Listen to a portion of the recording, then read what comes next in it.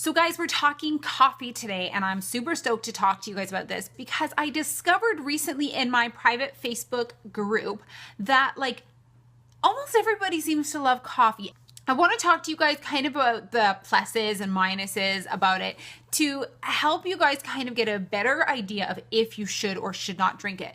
Now, let me quickly introduce myself. If you don't know who I am, I'm Cherise Dalby. I'm a certified holistic nutritionist, and I work with families and kids to help them through their digestive, emotional, and time management issues. Today, specifically, we're mostly dealing on digestion because that's what coffee affects the most. Let's start by talking about the positives because, of course, everybody wants a little pat on the back that they're doing well by drinking coffee. So let me tell you why it's good for you. So let's get into that.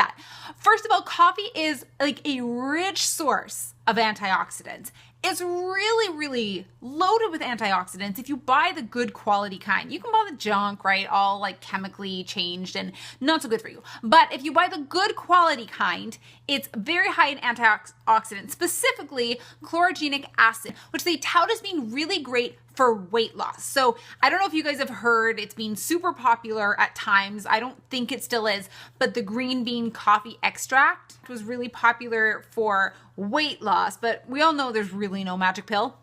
But that's the part that they were actually pulling out and referring to. That's one of the positives, okay?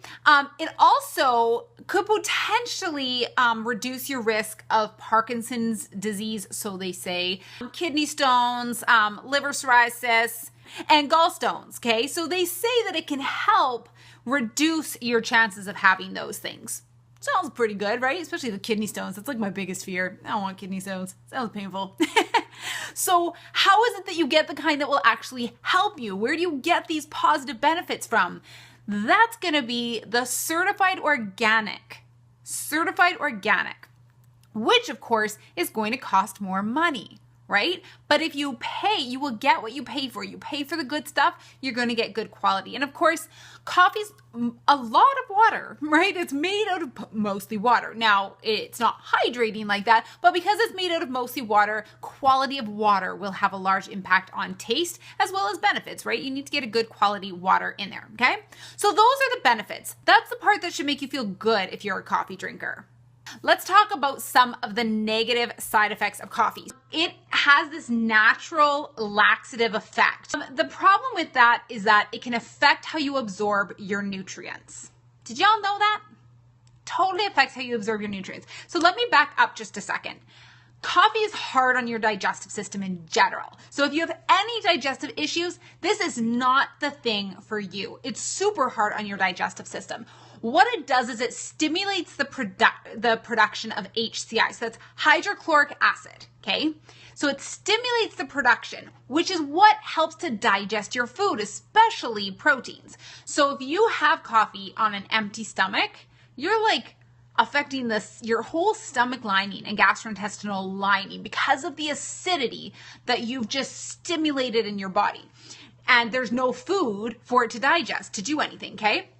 So it affects your digestion because it produces this HCI that now can't be used, and it affects the lining of your stomach, like I mentioned. But if you're low in HCI, which is what's going to happen, you have a certain reserve every day, and if you use it for coffee, then you're not going to have it for food. So what this is going to do if you have low HCI, so this is hydrochloric acid in your body, is it's going to actually make it harder to digest food, which is what's going to make you feel bloated. You're going to have gas. It can create IBS. If you find yourself getting bloated or gassy or just not feeling good, you can get pain cramps in your stomach and stuff after you eat. If you find that's the case, and it could be after specific foods, it could very well simply be because you're low in HCI, but coffee is hard on your digestive system. Okay, so hard on digestion. Another negative is that you have problems absorbing nutrients. So when you have problems absorbing nutrients, a lot of this is because of the laxative effect. So what happens is you drink your coffee, and because it has that laxative effect, it empties your stomach so fast that you don't have a chance to absorb nutrients. This also includes minerals. minerals that can very easily make you deficient in magnesium, which is a very important mineral. It works very closely with calcium, okay? So you really do want to make sure that you've got your minerals and your nutrients balanced out. So if you're the type of person that coffee causes that laxative effect for, you really have to watch yourself, okay? And it can also cause irritation and inflammation of the GI tract, guys, right? You don't want that either. This is all not good stuff. Not good stuff. And then if you're stressed, it definitely affects your adrenals for sure. That is like no contest, no argument on that. It promotes the release of stress hormones, guys. That's what coffee does. So what happens with the release of the stress hormones is it increases your heart rate, it increases your blood pressure, and it puts you into fight or flight mode.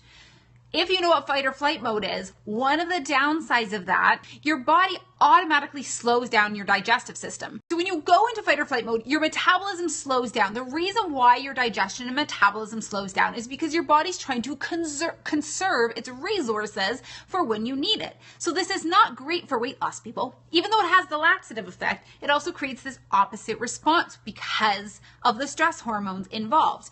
And then it interferes with your GABA. That GABA is a neurotransmitter in your brain, guys, okay? It regulates mood and stress. Mood and stress. What? Absolutely. You do not want to mess with it. It's very important for keeping things level. It also calms your GI tract. What do you do now?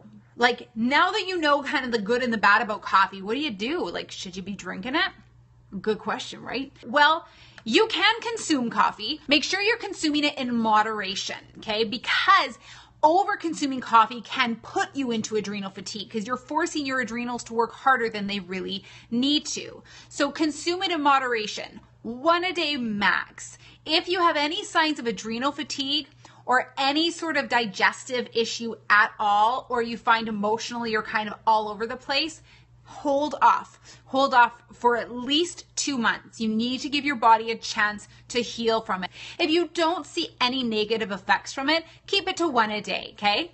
But I should talk about what you put in your coffee, guys. Hello? Just because you drink it doesn't mean it's good for you, depending on what you put in it. And so many people use creamer. Guys, seriously, creamer? No. And sugar. So here are the things that you can add to your coffee. Instead of creamer, you can do milk if you need to, but milk is not ideal. It's very high in saturated fats and often hormone, antibiotic, and pesticide loaded. So I prefer that you don't have milk. However, it's better than creamer. So if you need to do like a low fat milk, you can do that. But better options would be coconut milk from a can. You can get a low fat coconut milk from a can and it's thick like a creamer. It will add a bit of a coconutty flavor, but super delicious. My favorite when I add something is actually coconut oil. Just a spoonful of coconut oil is really, really delicious. Or of course you can do like unsweetened almond milk or cashew milk or hemp milk, anything like that if you need a substitute in there. But please avoid the creamer if you can, okay? And then for your sweetener, if you're looking for low cal, not a calorie person here, right here. No, I don't like to count the calories. However, if you are concerned about calories, you can do a good organic stevia. But I often, I'm like, guys, you still need your sugars, okay? It's energy. You need your sugars. So you can go for something like raw honey or pure maple syrup. But let me quickly address, before I let you guys go, I do want to quickly address the agave syrup. A lot of people like using agave because they've heard it's great for them. So they'll use that as a sweetener because it's low on the glycemic index. Please do not use agave. It is highly, highly, highly processed. In its raw natural form, it's actually very healthy, but it's so processed because there became such a demand for it that it acts the same way in your body as high fructose corn syrup, which is the thing everybody's avoiding, right? So you're not doing yourself any favor. So avoid agave, not good for you, super duper processed, and go for the raw honey, stevia, or pure maple syrup ideally. I just want to see you guys get healthy. And you can't be healthy if you're not educated. So education is huge for me to make sure I'm getting you guys informed so you can make these decisions on your own. Not great for business, but great for world health, right? Don't forget to hit up my private Facebook community group, CheriseDalby.com/community, and I'll see you in there.